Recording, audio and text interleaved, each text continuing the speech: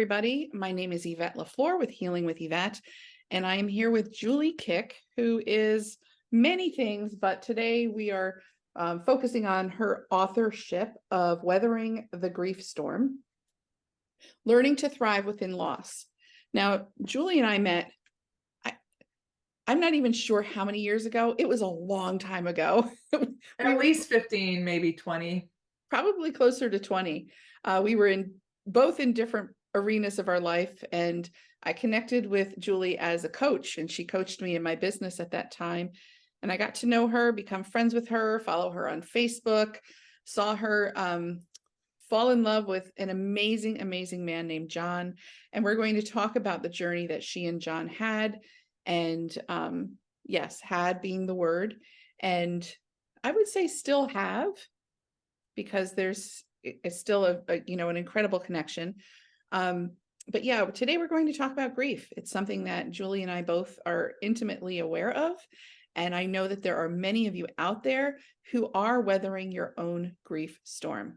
So Julie, thank you for saying yes when I reached out to you to talk about your book and bring your book to the people that are part of my Healing with Yvette page.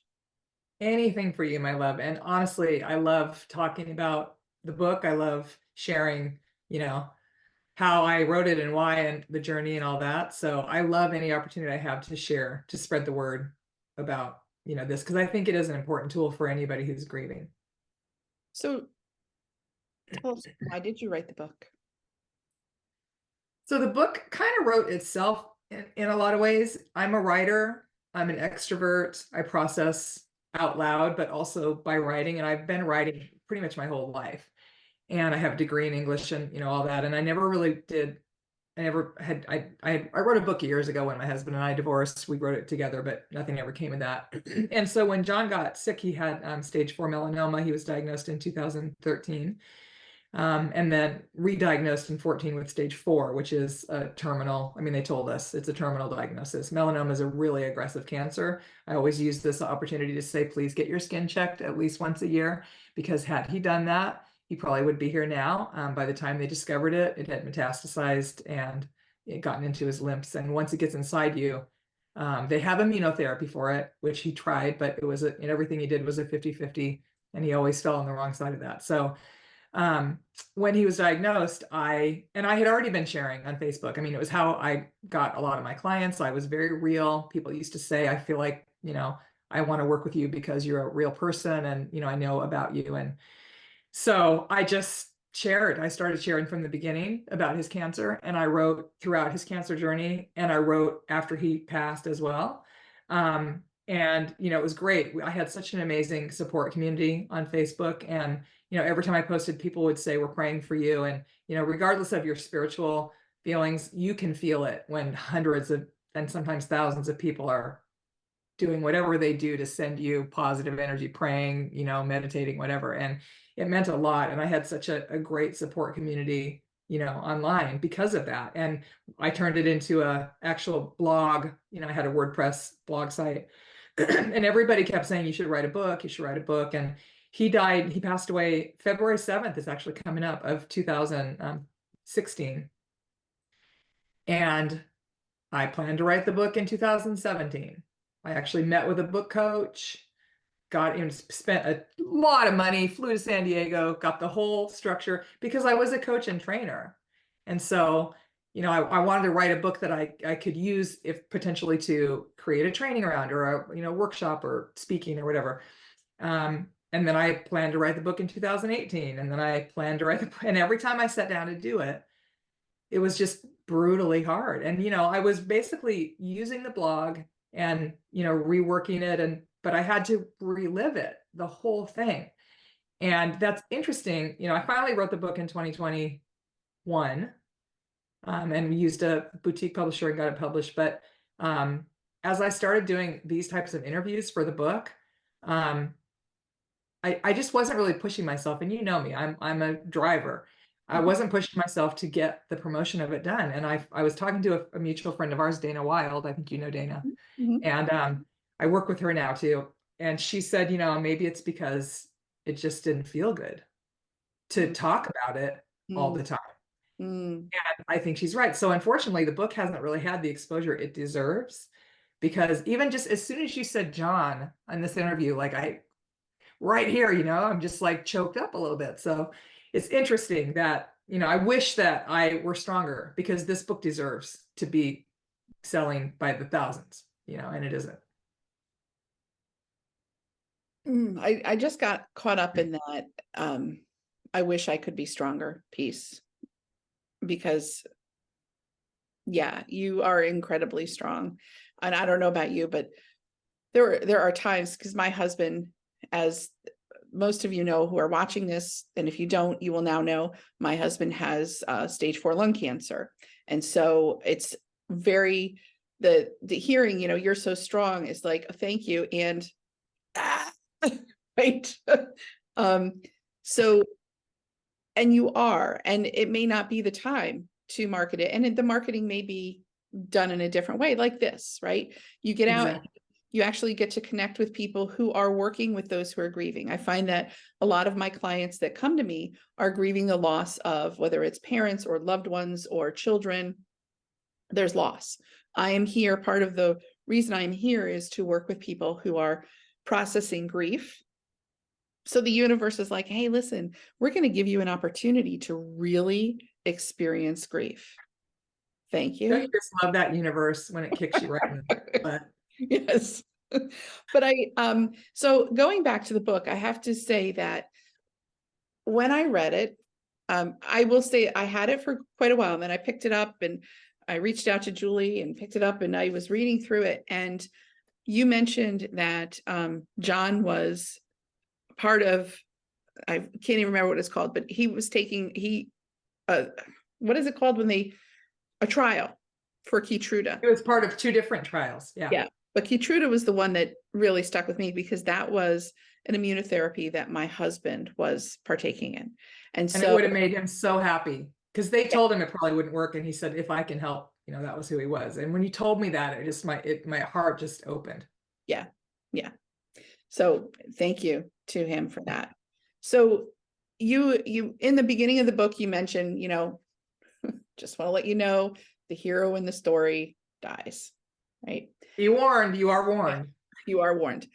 And when I read through it, there's a couple parts to the book, and one part is you sharing the journey, your journey, John's journey, from diagnosis to death. And I knew I had followed, because we were friends, I had followed this online, and I was always so honored to be able to peek inside and to take the journey with you, because I knew the work that you were doing and the healing that you were doing for others along the way. And I got to the end where he dies. Well, this middle of the book, I mean, like sobbed like a baby, even though I knew it was going to happen, right? Sobbed like a baby.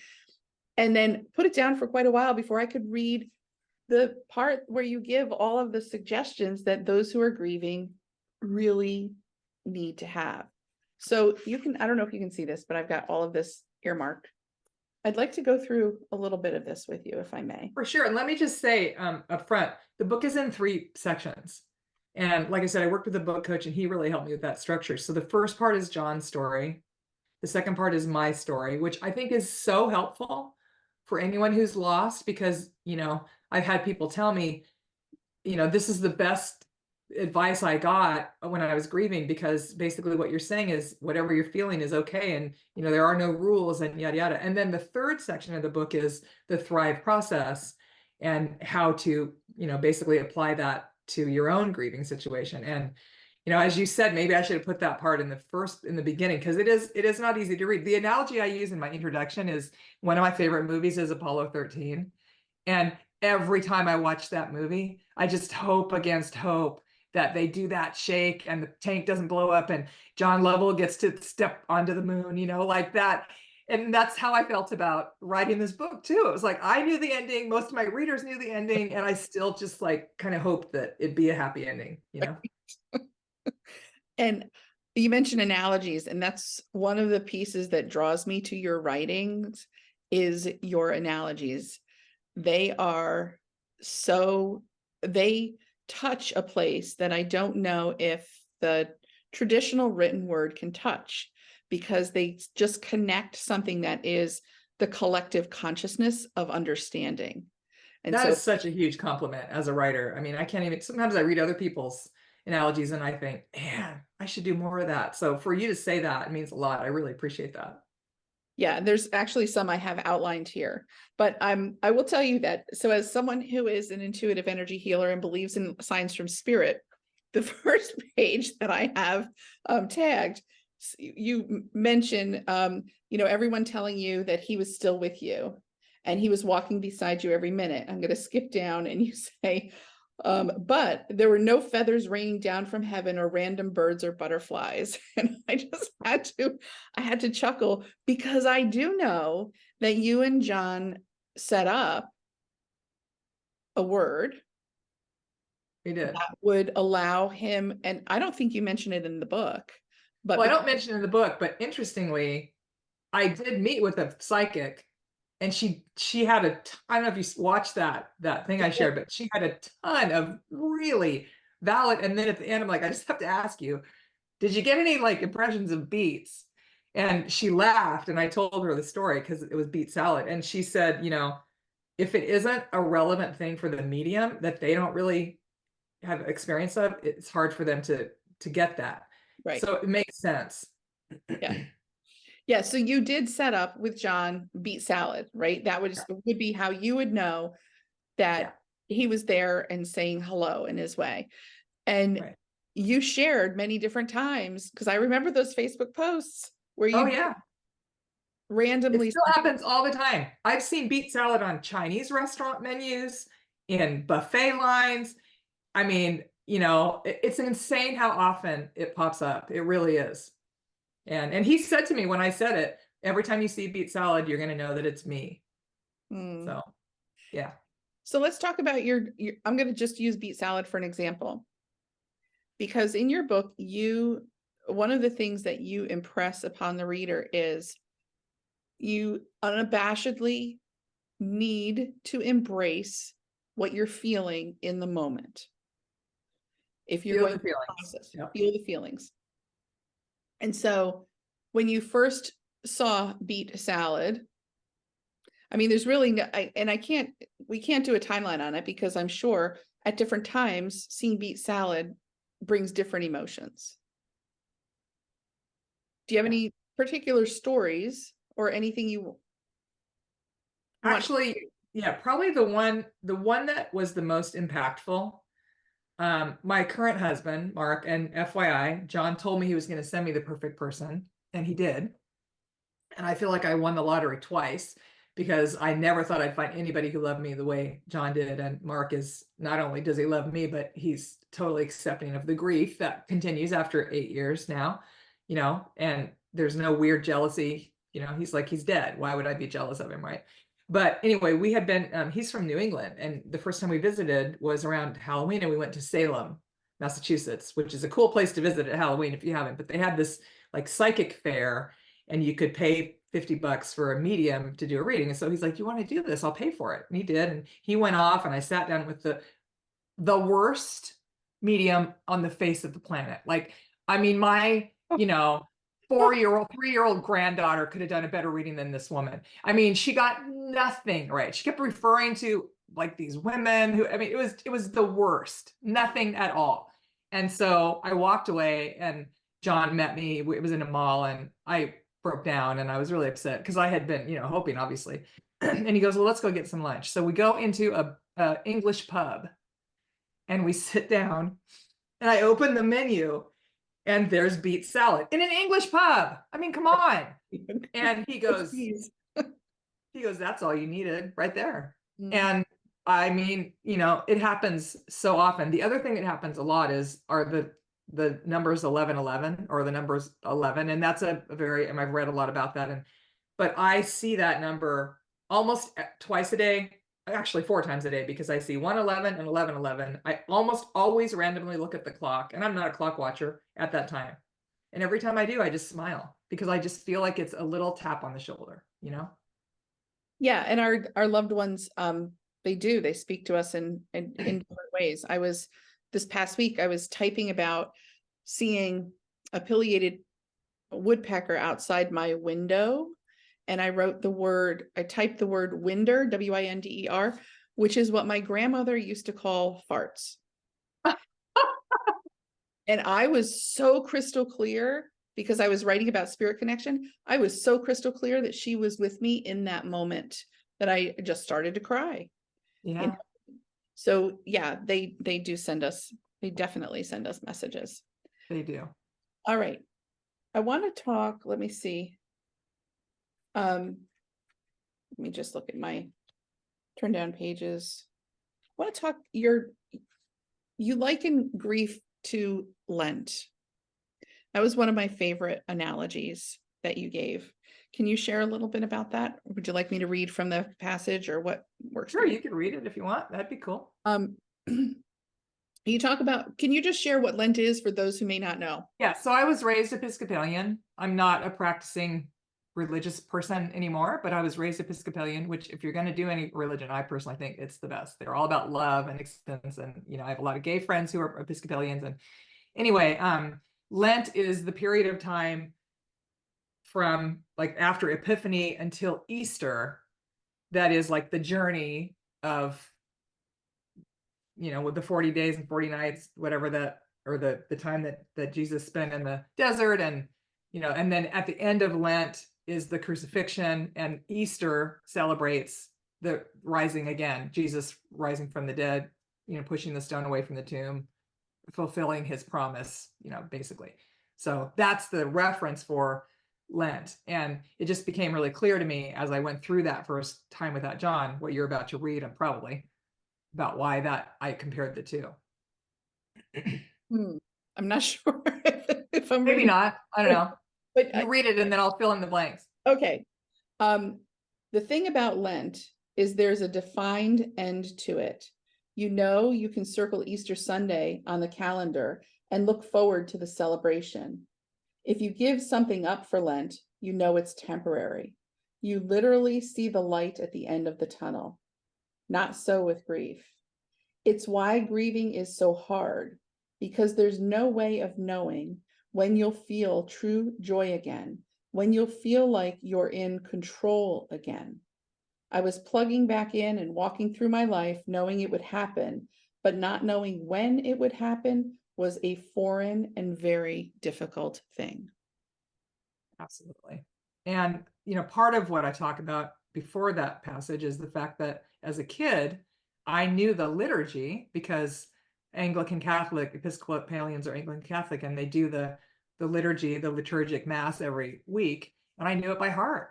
And there were parts in the liturgy where after you say whatever you say, Alleluia, Alleluia, Christ is risen, Alleluia. During Lent, they take those away. And more than once I embarrassed myself because I'd be like, I know this. And then every week they'd finish and I'd go, Hallelujah. And I'd be the only one in the freaking church that did it. Right. So that was the other part that I talked about was, all of the joy is removed from the liturgy, just like all of the joy had been removed from my life. But with Lent, that on Easter Sunday, you get to say Hallelujah. And every hymn is Hallelujah. And, you're singing, it's joyful.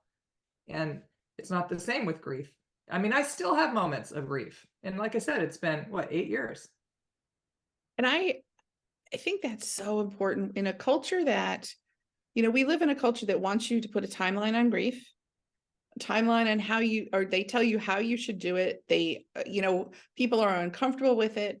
There's no space given. And when I say no, this is, it's not with everybody, but we need to become more comfortable with this process, because we inevitably have a country filled with people filled with grief because they have not expressed it. And so you have grief that you haven't expressed for the loss of one particular person. And on top of it, you lose someone, whether it's a pet or a person or a job or whatever, you lose that. And then you lose something, and you've got all this grief that's piled on and no opportunity to express it. And so I'd like to segue into your Thrive model, because I think it really gives people a direction. And full disclosure for those of you watching this, we're not going to give you all of the details because you definitely want to pick this up as a resource. Because we're marketing experts, right? I mean, we know what we're doing. Before we start talking about the Thrive, though, I want to just say, based on what you just said, and this was so interesting to me, I was working in a corporate position when the pandemic hit, and I actually wrote training for these consultants about grief and the pandemic. Because, I mean, we as a country were plunged into grief almost overnight. Everything we knew was basically taken away. You couldn't go to a restaurant, you couldn't go to a movie, you couldn't meet with your friends, you couldn't hug your damn grandma, and I really watched as the country really didn't grieve well. I mean, it just kept going and going, and there's so many different types of grief. I was telling you earlier, my daughter's divorcing right now, and it's not her idea. He left her, and he was her high school sweetheart. They have a little girl, and she's deep in grief, and I find myself even being like, it's been 8 months, get over it. And then I have to stop and say, there is no timeline for this. She's not going to just wake up one day and be fine. That's not how grief works. And so you can grieve loss at any level of anything. And it's okay to know that, like I said, like you said earlier, you just have to feel the feelings of it. And, some days those are going to catch you really off guard, and you might think you're done. And then the next thing you know, you're not. Like you said, as we talked before this, some days you have good days and bad days, and that is the definition of grief. Before we go into your steps, I want to share, since you brought up the pandemic, I want to share something interesting about it. So COVID impacts the lungs. The lungs is where we hold grief. And so I found it very fascinating that as a country, as a world, we were grieving, and yet and getting the opportunity to physically, emotionally, spiritually embody grief because it was being held in the lungs. Once things cleared up, Walter, my husband, and I went on a cruise to Alaska and did land and sea, and we were in Denali, and we were told during our tour, one of our tours, we were told the black spruce was dying from a fungus. Black spruce, the oil from black spruce is what the indigenous peoples used for lung and respiratory issues. Wow. Like, look at this all just coming together. Yeah, it is amazing. Definitely. Okay, so let's talk about the Thrive process. This is my favorite thing to talk about. By the way, this is one of the reasons it took me so long to write the book, because all the rest of it I took from blog posts and it was already pretty much written. But the last part I had to write from scratch. And, so once I got through the first 4 years and I was like, I think I can do this now, then my procrastination self set in. And I actually had my coach at the end of the year. I had 2 weeks off at the end of December of 2020. And she said, what are you going to do? And I said, well, what I should do is finish my book. And she goes, you should, or you will, like any good coach, like I would have said to you. And I said, I will. And she goes, by when? And I said, by December 31st, I will have the first draft done and ready to go to the publisher. And I did. There you go. There you go. All right. Okay. So you want me to talk about the Thrive process? Yeah, I do. This was part of what I discovered with my book coach, Jim House, and it really was, powerful. So the Thrive concept, Thrive stands for trust yourself, honor your feelings, remain present, not positive. You don't have to be positive. Remain present, invest in yourself, vow to act, and embrace the learning. So each one of those has, and I outline each one of those in the book and specifically what they mean. And each one is really important. Especially a lot of times that last one, embracing the learning, is really difficult for people. And what luckily I have a life philosophy that everything that happens in my life is there to teach me. And I'm the one who decides whether it's good or bad. We put a label on the things that happen in our lives. They just are. They're not good or bad. They are, which is interesting. And really getting to the point where I could say, and I don't know if, have you ever read Byron Katie's book, Loving What Is? I think it's in my list of what to read this year. Oh, you have to read that book immediately. It is amazing. But she talks about everything that happens should happen because it did, right? And the only thing that changes is our response or reaction to what happens. And so, should he have died? Yes, because he did. Yes. So, my only choice, because I cannot control what happens in my life always, is how am I going to respond to that, and what am I going to take from it, and how am I going to learn from it? And that's a hard leap. I've had people argue with me about that, to say, how dare you say that? You know, my daughter died. How dare you tell me she should have died? Well, but she did. Right. And pushing against it won't make it not so.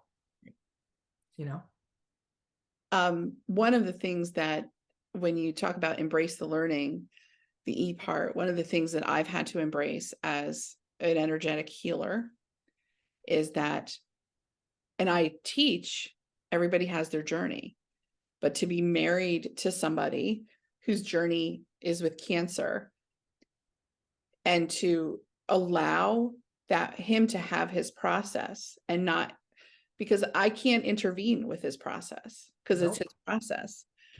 I had to separate myself as a wife from a healer, you know, and know that it's not in my control as much as I would want it to. It's not in my control. And I grappled with that, to have to speak with others about their own healing. And meanwhile, I'm watching what's happening to my husband. So yeah, embracing that learning is so incredibly valuable. And as a caregiver, you know, and you probably have a lot of those in your audience, you know, especially with cancer, if you're dealing with a spouse that has a terminal illness, it's really easy to lose yourself in that journey. You become the caregiver. You know, I remember at the very end of John's life, we actually had a really romantic moment, and it was the first time that had happened in a long time, because I was busy, you know, learning to be a nurse I never wanted to be, and making sure he was taking his meds and da-da-da. And then all of a sudden, this wife person showed back up, and, you know, it's really easy for it to become all about the other person. And so you're so wise to be doing that introspective work, and, you know, making sure that you are always looking at what's happening here and what can I learn from that.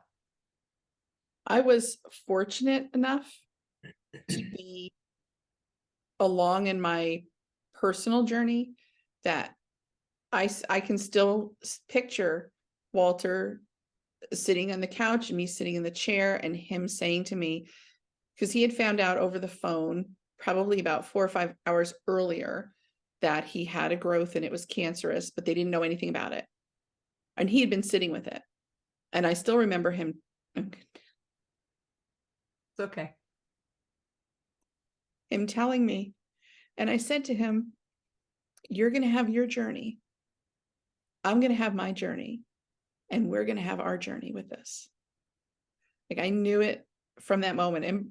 And I would bet that part of the reason I knew that was because I watched you. Well, I can't ask for anything more than that, you know. And we were talking before we came on about, I got a lot of pushback from John's family about sharing our journey. And just so everybody knows, I never shared anything without his permission. And we talked before I ever even started sharing, and he was fine with it, but his family wasn't. But when I go back now and see the memories, and I read the comments under my posts, and so many people say, one woman actually reached out to me and said in the middle of it, I have a 16-year-old daughter, and we talk about you guys at our dinner table, and she reads your posts. And she said to me the other day, this is the version of love that I'm going to hold out for, because this is real love. And you're teaching my daughter what that means. You know, I mean, like, you know, you can't make that up. You can't intentionally do it. It's just so organic. And so many people said, thank you so much for sharing. And so many people in our position, women, widows, or not widows, but people who were caring for, you know, terminally ill or sick, you know, spouses, said, every time I read what you write, it's like you put into words what I'm feeling that I don't know how to say. And I think that that's the impetus for a writer. Like that's our directive. If you can write your feelings, then I think you have an obligation to do that because not everybody can. And for someone to say to me, that's exactly how I feel, and you just spoke it. I mean, that's the highest praise. And I feel like we made a difference, John and I. And I'm really happy about that. You know, there are a lot of funny stories about some of the downside to that too, like people coming into my message like inbox. And I had one gal who reached out who sold skincare. And she started out by saying, "We're praying for you and your husband, and I'm so sorry this is happening. And oh, by the way, have you thought about the toll that your husband's cancer is taking on your face? Because you look really tired. And I know you're a speaker for a living, and you probably should do something about that." You know, or like I had someone reach out one time and say, God's not happy with the way you're sharing John's journey. And he was standing behind me. I'm like, what? And he comes in and I read it to him and he goes, don't respond. She just don't respond. There's no point in responding, you know, because I never talked about my spirituality really, because Right, it was someone else's business, you know, right. and maybe your God's not happy with it, but I got news for you, lady. I'm really, really mad at my God right now. So I don't think we want to go down this road. Oh my goodness. Yeah, there's lots of help that comes out of the woodwork during That was this the worst one. time. And you being in our industry, you know, like there are Yes, so many people who yes. are just so clueless and horrible. And I didn't even know how to respond. I actually said to the lady, well, I'm actually really happy with my face, but thanks for your feedback. Oh, The oh, toll your husband's cancer is taking on your face. listen, I know I've gotten more gray hairs. I'm aware of that. Well, I've embraced my gray, so I'm fine with that. So, here you and I are laughing. Let's talk a little bit about, I don't know if you address this in your book. Let's talk a little bit about the importance of humor during this process. Because Walter and I have, oh gosh, we laugh about there's stuff I want to share, but I'm like, I don't have again his permission to share this, so I'm not going to, but you just have to have it helps me. You don't have to have anything. It helps me tremendously during this process to laugh, not only with friends, family, but also to laugh with him, to be able to have humor about just the everyday crap that happens. Well, I think I was even more blessed because I'm a pretty naturally funny person. I mean, I've had people come up to me after I speak and say, you should be a stand-up comedian. Um, but John had such an uncanny ability to find the humor in, like one time he had his original tumor was in his groin and they removed it, 3 lymph nodes. That's where they found the cancer and it just kept coming back. And they removed it a second time and had to do a skin graft because it was like the size of a baseball. It was crazy.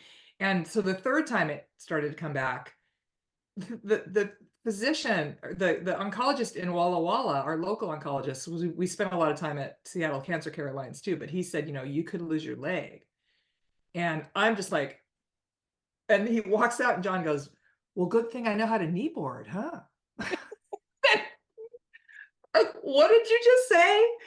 Oh my, I mean, and I can't remember if I put any of that in the book, but he was just always, I mean, he was such a positive person anyway. The infusion staff, all the nurses adored him. He was constantly seeing the bright side and making jokes. And, that I think personally, it's what got us through. And it's the most important. I remember I was just reading this in a post about a month before he died. We went in for his checkup and they weighed him. And I gained like 30 pounds through the course of those 2 years. And he was losing weight like crazy. And I looked at the scale and I go, well, at least one of us is at my goal weight.